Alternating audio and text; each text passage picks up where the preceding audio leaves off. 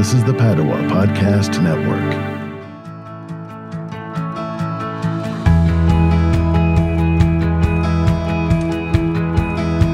Thriving in the Trenches.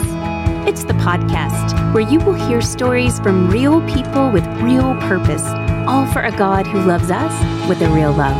The Trenches, where life isn't always easy, but it is a place for women to be encouraged and equipped to uniquely and universally serve Christ in their feminine vocation. So, together, let's go deeper in our faith in God, in His church, and in our friendships. You are welcome here.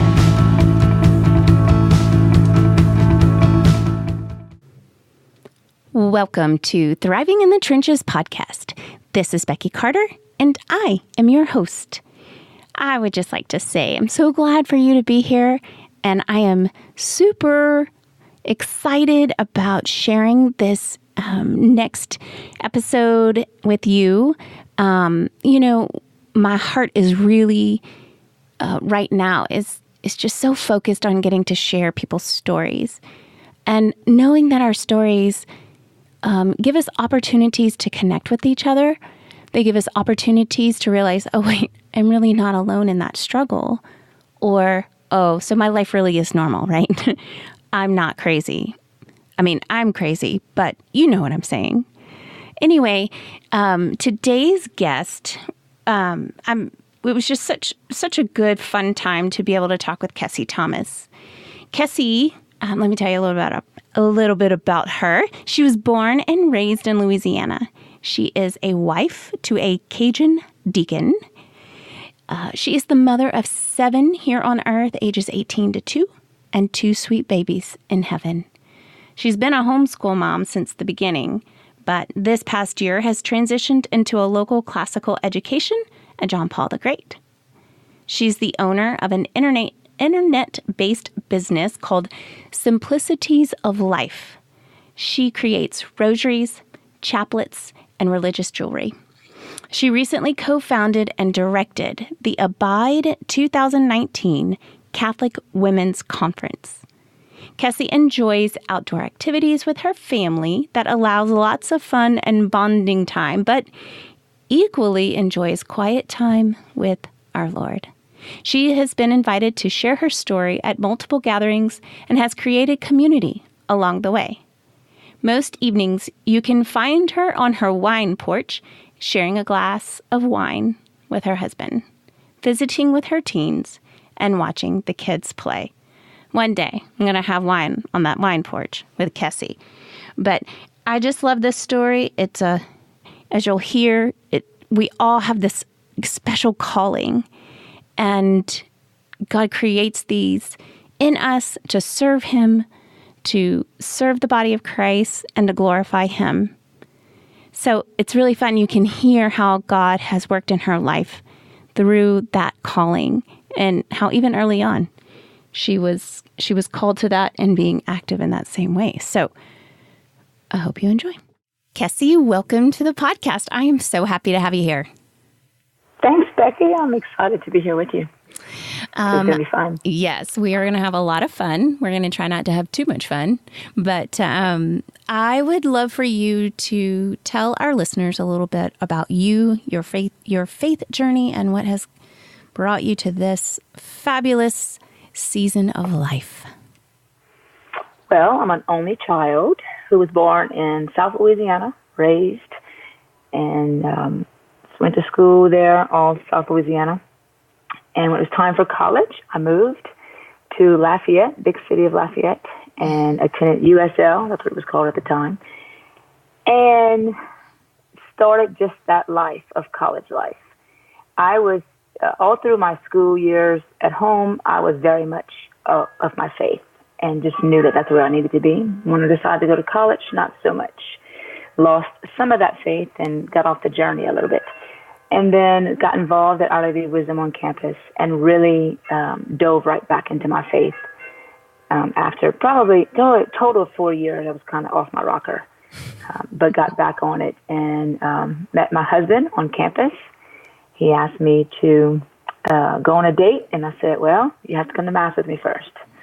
So we did that. We went to Friday Mass, new Mass, and went to lunch after, and history after that. I did not know that's how y'all met. We were in communications class, actually. Yeah. And, he said I flirted with him. I did, probably. But anyway. Not you. Well, so how long did you guys date before you got married? 3.5 years. Oh, wow. 3.5 years. Very good. And so was he strong in his faith when you guys met? I would not say, I think he would agree with me that he was not as strong. He was a Sunday Catholic. His family was not set to a certain parish, so they were not a family that was involved in the church, in the church parish, but they were faithful Sunday Catholics. And he always said that he had a devotion to Our Lady, and that when we met, I had a very close relationship with our Lord. And so we kind of have always said that he introduced me to Mary, and I introduced him to Jesus. Oh, so, that's really sweet. That is actually very sweet. Now, what about your upbringing? Were you Sunday Catholics? Were you more than that? Did you get your faith? You knew Jesus. I knew Jesus. I contribute my faith to my grandmother, my mom's side. I did go to Sunday Mass, went to catechism faithfully, was involved in youth group, and I just was kind of walking the life of I wanted to do what was going to make my grandmother happy and what she taught me what I was supposed to do. So I was involved in, the youth group. I was involved in Brewery Against Drugs and the Key Club. I was trying to make the community better, all of those choice things you can do up until, your senior year. But very involved at our church parish at the same time, as much as I could be. Mm-hmm. Well, it sounds like, just hearing that little tidbit of how you were in high school and then knowing you now as an adult and the real crux of the reason why I asked you to be a guest on the podcast, community has always been something that's very important to you. And the Lord has created in you this desire to bring people together in his name. Yeah, that's very cool. Interesting tidbit. I always love sharing these interesting tidbits to listeners because it's always fascinating how the Lord weaves his body of Christ together. But Kessie and I grew up in South Louisiana, and I used to live not far from where Kessie grew up, and we do know some of the same people. So I would not be surprised if sometime in those college years we, saw each other at the bar or something. If we were to do something like that. So anyway, I love that. I love that we were able to make that connection. So again, Kessie and I we met on Instagram, the famous Instagram friendship, but Kessie and I have been able to actually hang out in real life. And I went down to visit my family in Baton Rouge last summer. Was that last summer? Just a year ago? And we made That's right. And my mom came with us, and we made a day trip over to Lafayette, Louisiana. Everybody thought that we were all crazy, not sure if Kessie was the stalker, was I the stalker. But we had just an absolutely delightful day, and it was really a treat to get to do that. And then last summer, Kessie came up here to Arkansas with all her girls, and we had a fun girls' weekend by the pool, and it's been a treat. And then a really neat piece of our friendship is that, again, goes back to why I asked you to be a guest on the podcast. And as any good friend does, she encourages others, or she encourages you to step up in your journey, or encourages you when you're down. And as I had shared on the first podcast episode back, that I had been in a time of spiritual dryness. Well, Kessie just happened to be spearheading a women's conference down in Louisiana with a couple of other gals. And I knew about it. Kessie talked about it. but I didn't get it, obviously. And one of my good friends from high school said, hey, let's go to this conference. And long story short, the Lord worked it out, and I did. And I walked into this hotel where the conference was, and I looked around. Well, actually, I think I had talked to you, and you said when 700 other people get here. And I said, 700 people? Like, how do you even do that? Like, you didn't tell me it was this big. That's a lot of work. So anyway, that is the conference I went to. And that is the time that the Lord had really started consoling me and asking me to come back to podcasting. So I would like for you to share how did the Lord really start building in your life, asking you to do something big? I mean, big. Did you have any idea what he was really asking you to do when you said yes? No, because I wouldn't have said yes. I did not have a clue how big his plans were. My husband became a deacon. It'll be this June will be 3 years. And right after he became a deacon, there was some time period that so I am very blessed with a huge community. I have many women that on a drop of a hat I can call or send out a text and ask for prayers. And I'm very blessed by that community. And so there was a shock that came to me when after Corey became a deacon, and I don't know what the significance of that is, but I think it has to do a little bit with the grace, but I'll go back to that. Just remind me to go back to that. But people started telling me that they didn't have community. They didn't have sisters that they could call on. And some of these people were people that I knew that I was like, really? You don't feel like you have somebody that you can call? And a few of those people I kind of, took under my wing, but I couldn't keep taking people under my wing. And so then strangers started to, we would have a conversation, and strangers would just randomly tell me they don't have community. So I began to pray about that. Like, why is that coming to me? Why is that surfacing in my life? And then one of the gals who did I just say gals, like I'm from Arkansas or something. One of the ladies. Gals is good. It's not be so formal. The ladies who helped with the conference, her and I got together and did this little brunch. And at that brunch, we talked more about how our Acadiana area does not have community, and just kind of brainstorm on a few things. And a conference might have came up. I really don't remember a whole lot of details of that day, other than it was beautiful and it was blessed. So shortly, that was sometime. So that was probably, it'll be 3 years this summer. We had this little meeting, and then one day in prayer, I was sitting in my prayer chair, and it was very clear. I just felt like the Lord said, you need to have a women's conference. And of course, my first response really was, okay, sure. What are you going to do? And it just I kind of let it roll off my back. It was not a big deal. And then in prayer again, it came up again. Like, no, you really need to do this conference. So I started doing some research and realized that our diocese had not had one since 2011. And almost 900 people had signed up for that conference, which was mind-blowing. And I did not attend that conference. I remember it happening, but I don't remember the reasons why. I did not attend. So I just went to prayer more about it and contacted one of the other ladies that was helping me, Missy, and we went on this girls' beach trip, and we were talking about it in the car because, we were not being, disturbed by anyone. So she's like, let's do it. And I was like, you sure? And she's like, yeah, let's do it. So we got all excited, and she's an ideas person. So we were throwing, just brainstorming all these things.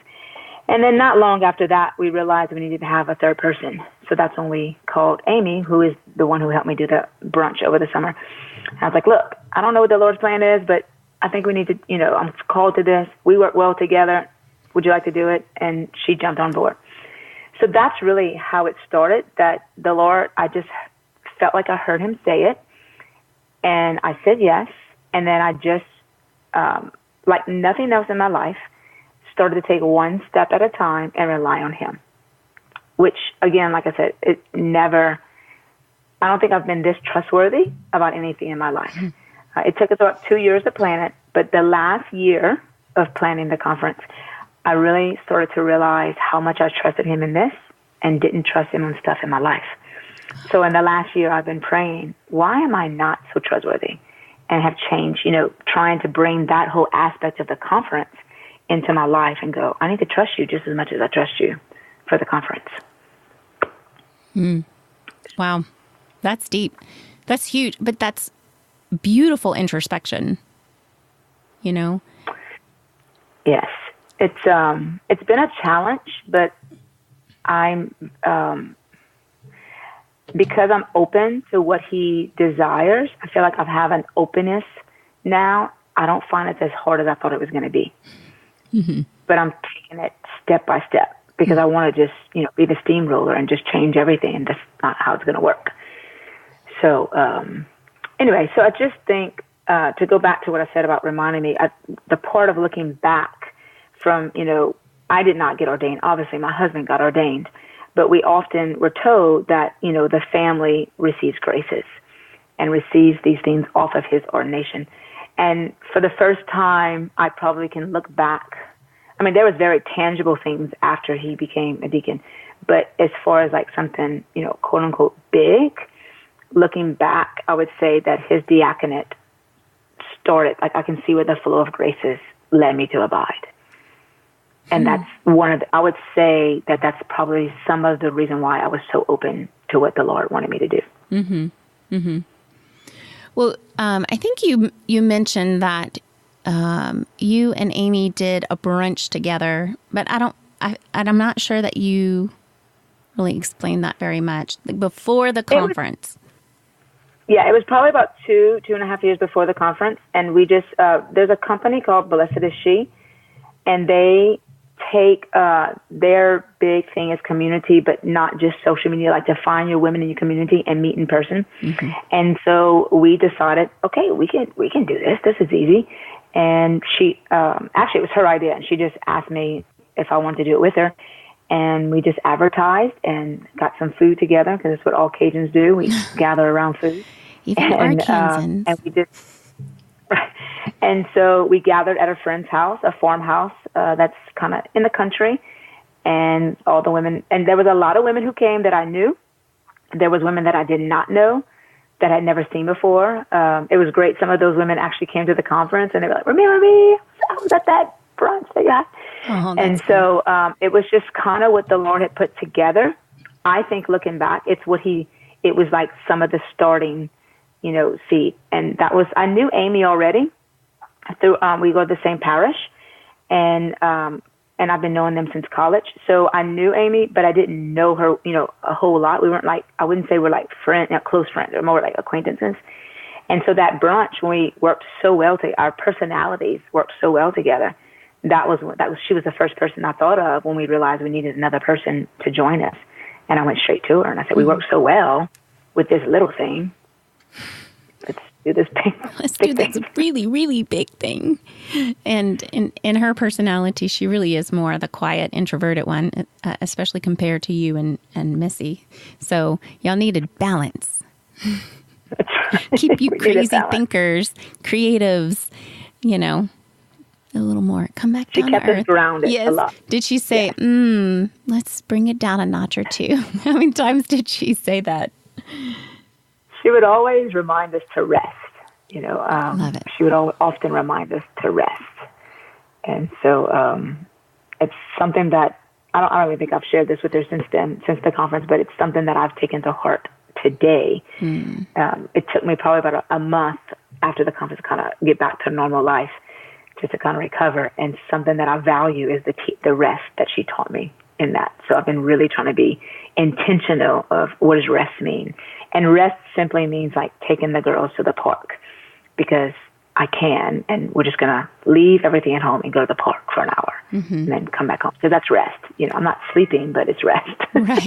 Right. There's a difference of opinion. And even, I think the word Sabbath, even, I think I was listening to a Sonia Corbett podcast a short time ago, and her whole thing is on rest. Actually, I need to put that series in the show notes, because it's been really good. And anyway, It was so good that I can't even regurgitate exactly what I heard.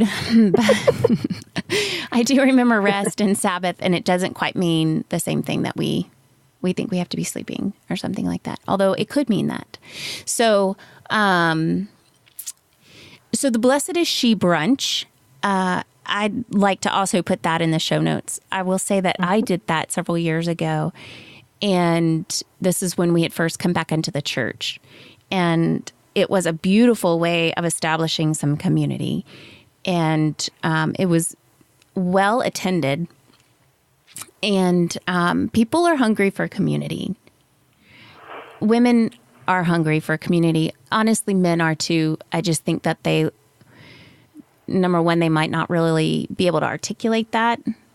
But it's not a very quote unquote manly thing to say is, hey, I just need some friends. But men need each other too. So anyway, I'm going to put that in the show notes too. The nice thing about the Blessed is She brunch is that they do everything. They have the whole system set up for you. They do all your sign up sheets, all of that is just all online, and they give you the links. It's actually very easy to do. Yeah. So you can have just coffee and tea, or you can have people bring food. Anyway, that's a whole nother tangent, but I'd like to encourage others, if they are thinking about starting community because they don't have it, it really is a good way to do that. And look what it birthed. A conference with 700 women. And I just would like to encourage any woman who, if themselves do not have community, or they know, maybe they have that desire to have community, it does not take much just to have, to open up your home. I just currently, right at the beginning of Lent, I decided to open up my home for a book study. And as the Lord has have it, we're not still in the book study because I had sick kids. And yesterday I was praying about it, going, okay, everybody's well now, so what does that look like? Do I go back to the book study? And I really felt the Lord made it very clear that this is not the time to add another book in my Lent. I'm already reading 2 things from Father Jacques Philippe, and to add another thing is not going to work out. And so I was sitting there going, okay, Lord, but what is it that you desire? Because I feel like I still need to open up my home. So you're telling me not a book. So what? And I'm going to just try it just to see. But these same women who wanted to come and do the book study, I'm just going to send them a note and say, okay, I can't add another book to my Lent, but I would love to do it for Easter. But meanwhile, why don't you come over still on the day that we said we were going to do? Because I had opened up my house for the kids, because I find that's what the Lord was calling me to do. For moms who have small kids, a lot of people don't want them part of their book study. They don't want to deal with the extra kids. And that's where I've been fed a lot in my growth, younger in my early ages, when I was in the trenches trying to get through. Those people who opened up their houses and said, bring the kids, it's fine. I was like, oh, I can still go and bring my kids. And so that's one of the things that I felt like he was telling me, showing me yesterday, is that just open the house. The weather's beautiful. Just invite them over. Even if you just talk about Lent, do the book study, after Easter. So it's just about community, opening up your house.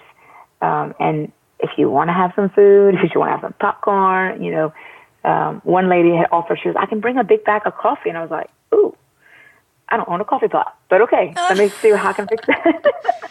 Yeah. I was like, okay, I probably should have coffee. But anyway, the point is that it doesn't have to be complicated at all. Community does not have to be complicated. It just needs to be an open heart, and people need each other is what it comes down to.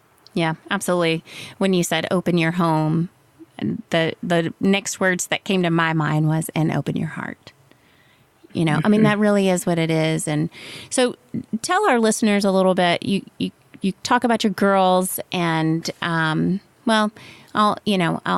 be part of your bio, but you made a big switch from, you've always been a homeschooling family.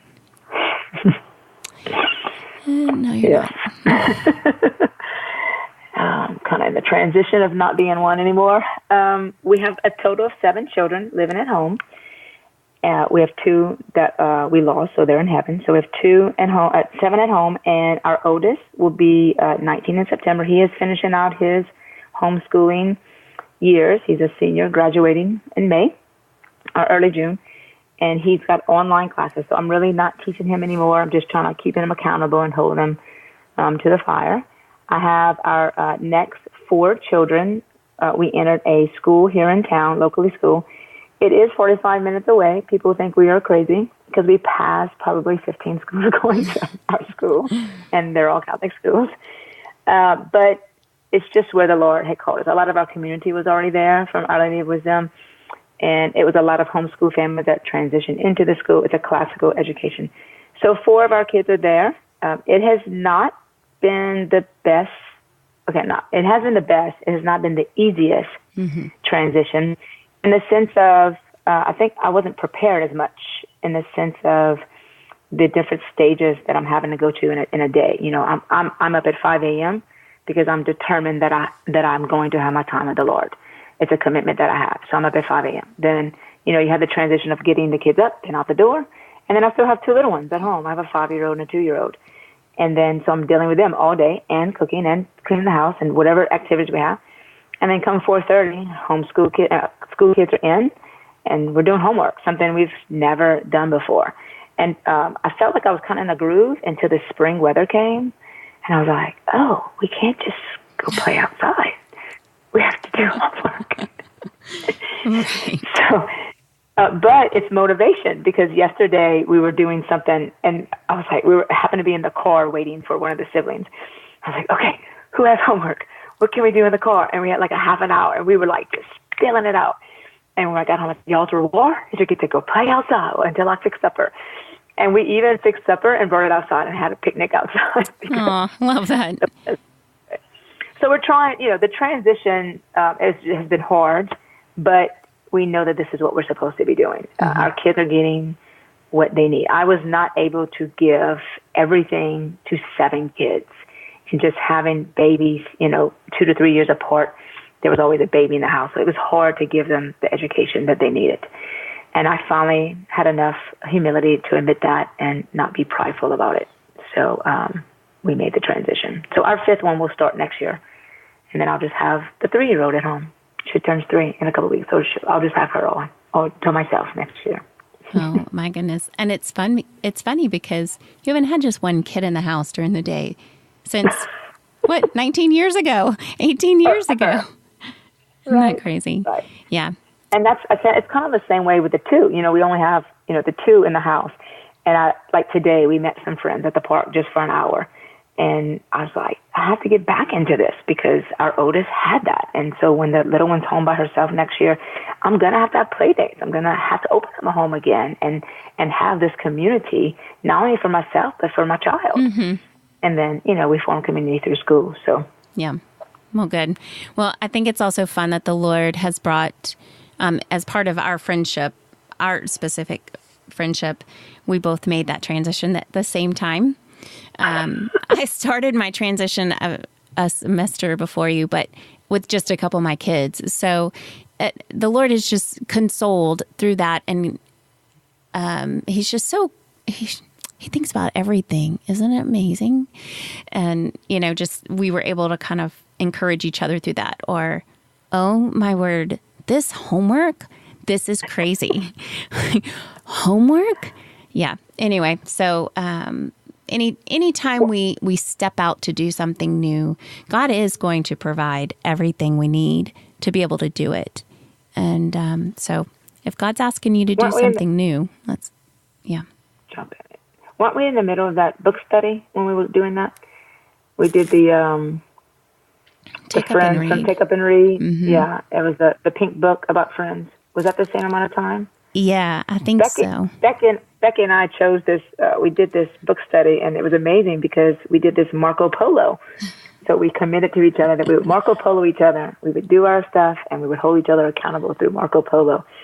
And that, my friends, has been amazing because that really made our friendship grow. And then we had this commitment. Okay, every Friday at 7 a.m. or whatever it was, we're gonna talk about how our week has been.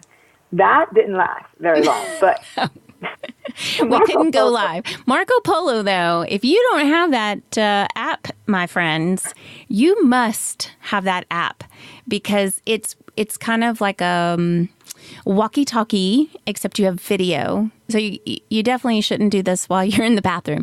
But it's great because when you are, Kessie would always Marco Polo me while she was folding laundry. That's where the crux of when she was sharing with me that was when it happened for her. Her kids were down, it's 11 o'clock at night. And though I may not be available for a conversation, when I wake up early the next morning, then I can listen. And then I would respond as I was making lunches or whatever in the world I was doing. And so the conversation can continue for days. But just seeing your face and your facial expressions and then getting to see your babies in the background and they're looking at my face and they're saying, "Hey, Miss Becky," So, ladies, if you do not have that app, I would strongly encourage you to do so. It's great. Especially if you have a friend out of the state. Yeah, we did. We did that book study through Marco Polo. Mm-hmm. So it was beautiful. It was a gift. It really was a gift to do that. Absolutely. So now when my kids hear me say Marco Polo, they're like, "Is it Miss Becky?" It's always Miss Becky on Marco Polo. Yeah, I do have a few that it's pretty regular. You're one of them. So if we could scoot back to the conference real quick, you ladies put together 3 words that you really wanted to accomplish, like the 4 words, 4 words to accomplish as your quote unquote goal or your mission. Am I saying that right? I'm saying that wrong. Oh, you explain it.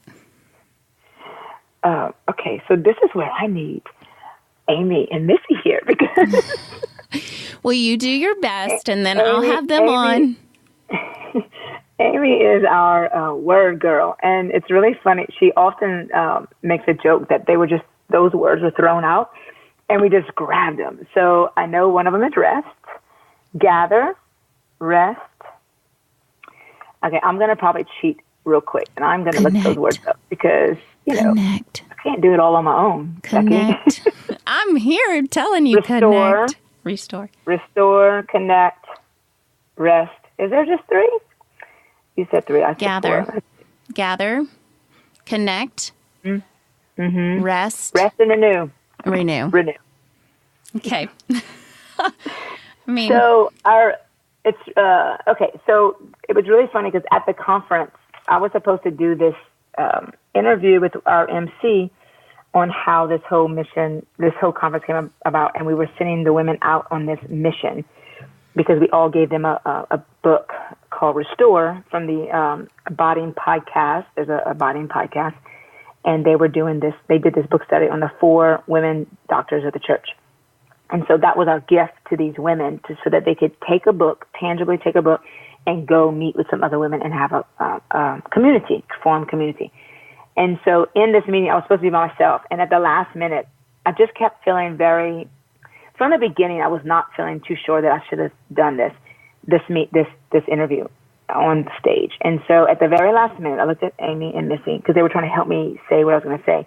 And I am not the word girl in this group. And so I'm sitting here taking notes, and Amy's trying to tell me what to say. And Missy and I was like, I just think I need to come on the stage with me because really, I don't need to do this by myself. And so real quick, we realized the Lord just really blessed us with this. And we realized that each of the words meant something of one of us.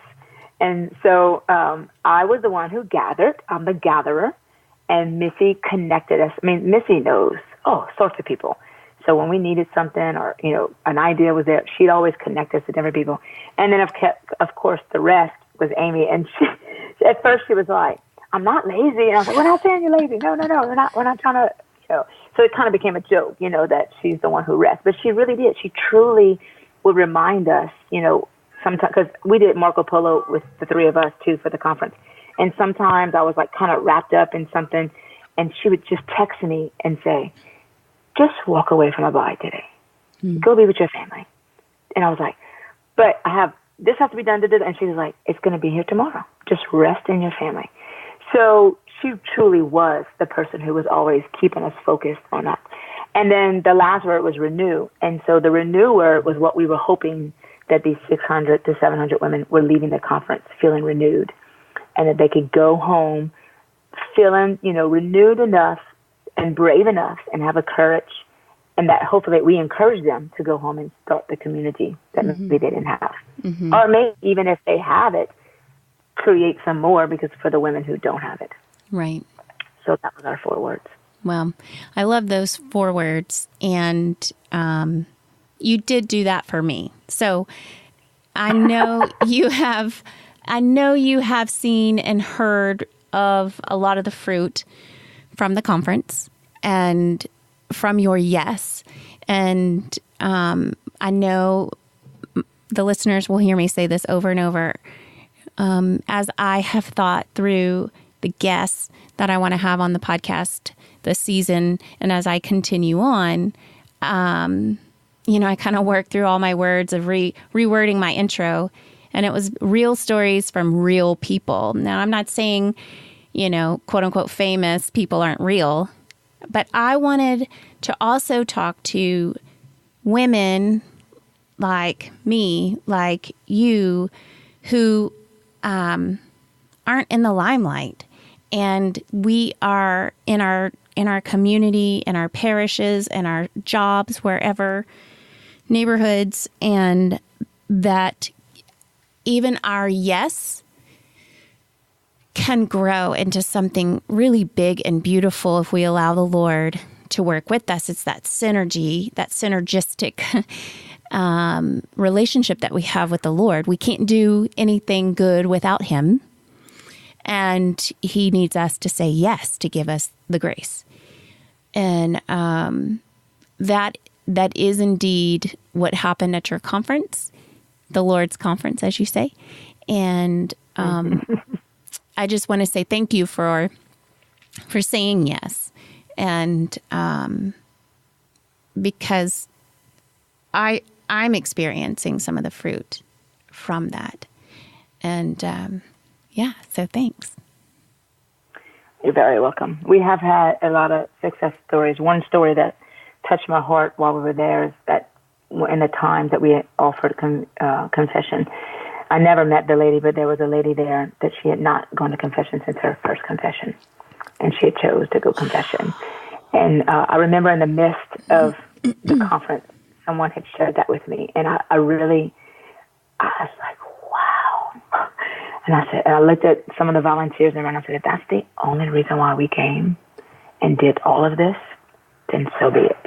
Mm-hmm. So the Lord has blessed us with many stories that we've heard from different people, just like your own story with the podcast and hearing Him say to go back to it. But it was shocking. I think for me personally, like I said, it took a whole month for me to come off of that conference. Mm-hmm. And so it was a little bit shocking.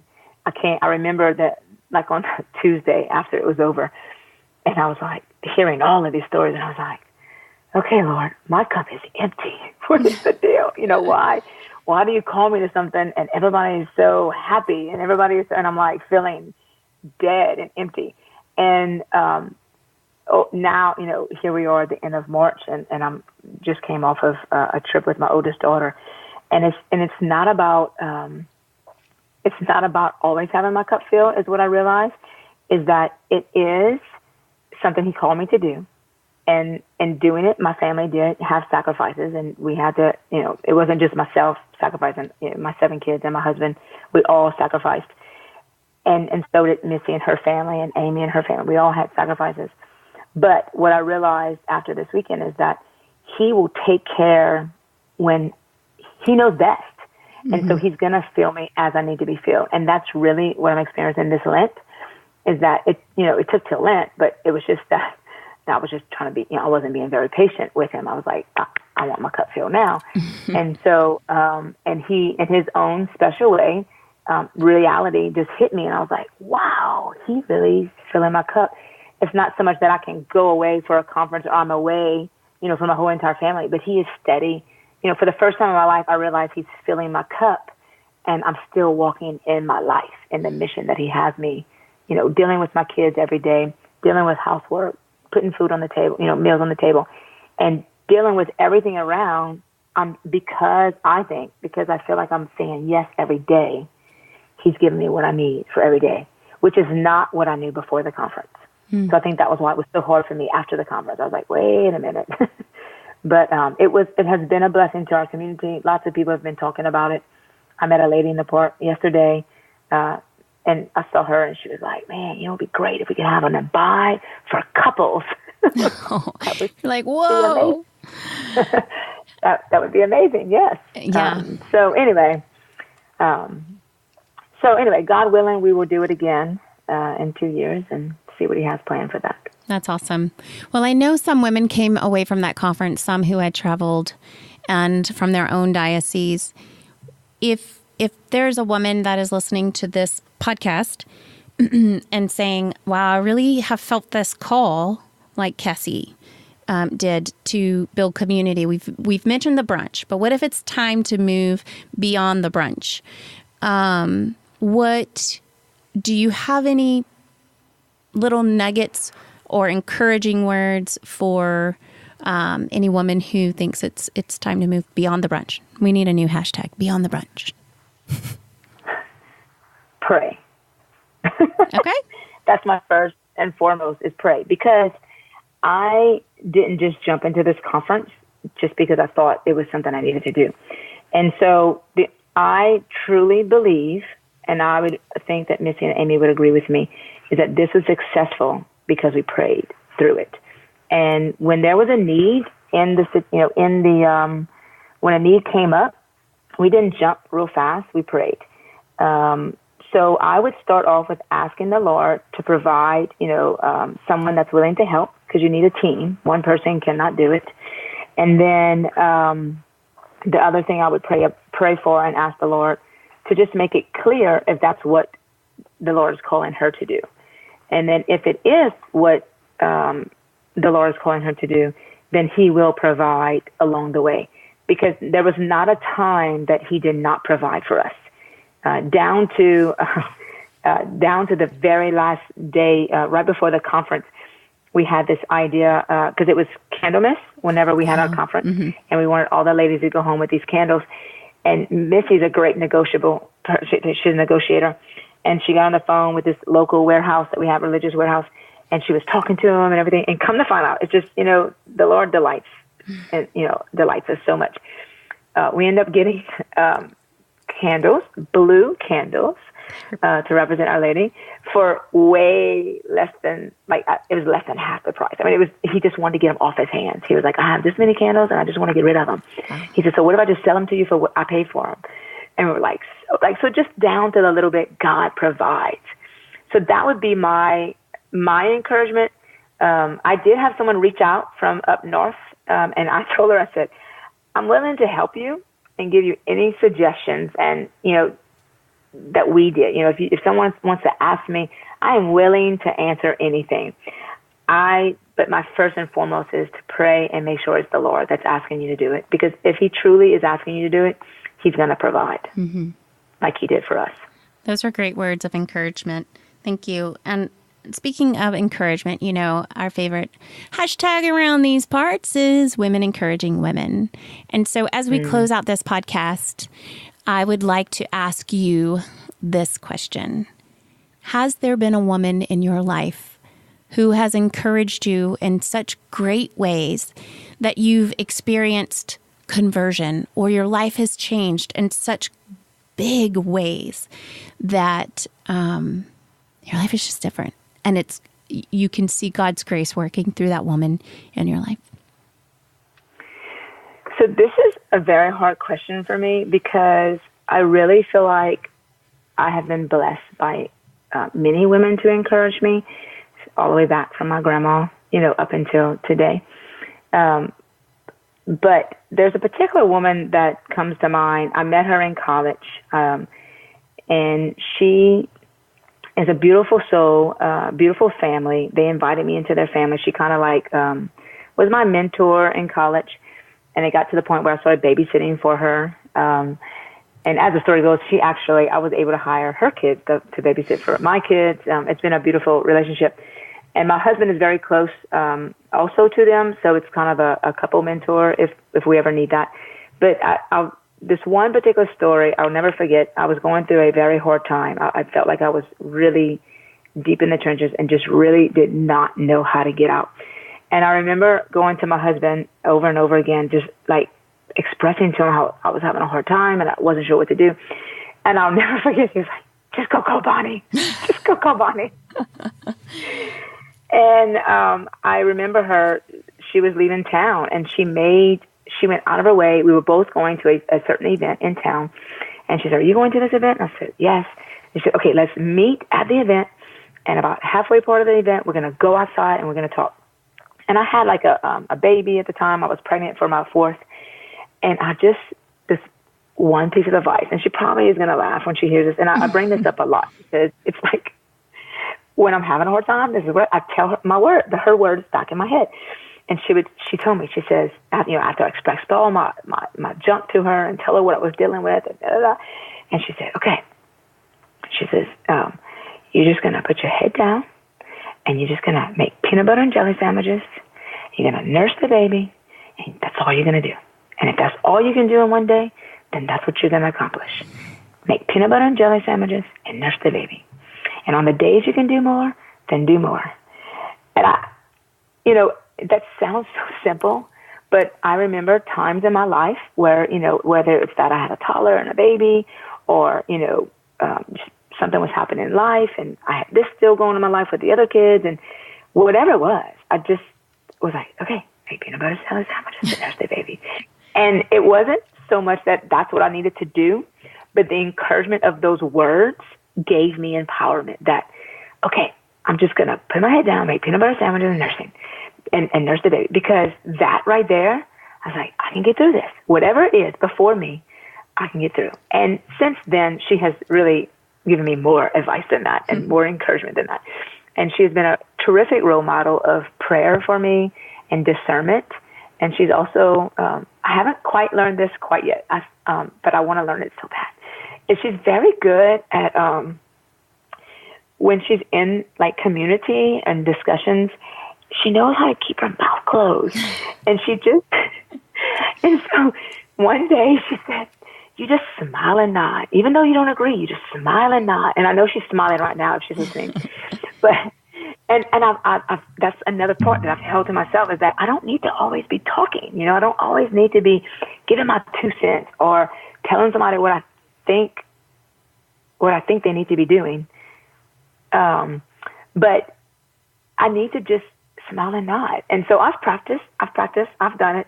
And then other times I'm in a situation, I'm like, gosh, I just smiled and nod like Bonnie. So anyway, that is my woman. Like I said, I've had so many women, and it's so hard for me to pick this particular one, but that's what keeps coming to mind is her face and her encouragement. And probably because she was like one of the first when I was in college and I made a decision to live like God wanted me to live. She was the first woman that the Lord had put in my life. So that's probably why she holds a special place in my heart. Mm-hmm. Absolutely. I love that story.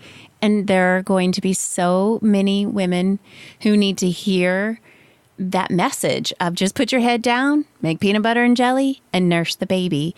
I don't have a baby, but I still could take that piece of advice. We get in our heads that we have to do these grand, big things with our family and be this perfect parent, and we don't. Like, that's not, yes, let's aspire to do more and be more to our children. We just have to be Christ to our children, really, when it comes down to it. And when they're little like that, it's peanut butter and jelly and nursing the baby. Like, that's being Christ at that point. But I think that's really just a beautiful analogy we can all use in our life. So, well, and I can connect it to. Oh, sorry. Go ahead. Nope. You finish. I can connect it real quick to this, and it'll be real short. I'm reading Father Jacques Philippe's book, and I've been listening to the podcast, the Abiding podcast. They're doing the book study. And this week's, I think we're on week 3, but one of the things was that to focus on our life today. And sometimes when I was trying to, when I was getting stressed out, I was focusing on what I think the Lord wanted me, what I thought the Lord thought I should be doing, instead of just focusing on what he's given me today and not go, if it was this, I'd be happier. And Heather and Michelle and Sister Miriam are talking about that on their podcast this week about it. And and that's what they were saying is that, if the kids were older, it'd be better. Or if if I was doing this book study, it'd be better. Or if I was able to do this. And that's not it. Mm-hmm. It's about being today, where we are today. And am I happy and satisfied in what I'm doing today? And that's where the peanut butter and jelly comes in, that whatever it is I'm dealing with, just deal with today. Don't worry about where I think the Lord is calling me. It's where I am today. Can I deal with what he gave me today? And then, of course, we have to plan and do things for the future, but not to harp on them and to trust him that he can provide for us. Right. Exactly. I love that. Well, I think we should end right there on those really beautiful words of wisdom.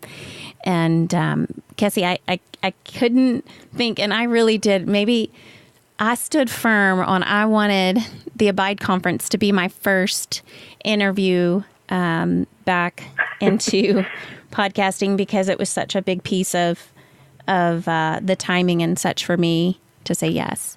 And so I couldn't have imagined a better place to start. And I'm just glad that I get to call you friend too. So thank you, Becky. That means a lot to me. Thank you. Thank you for joining me for another episode of Thriving in the Trenches.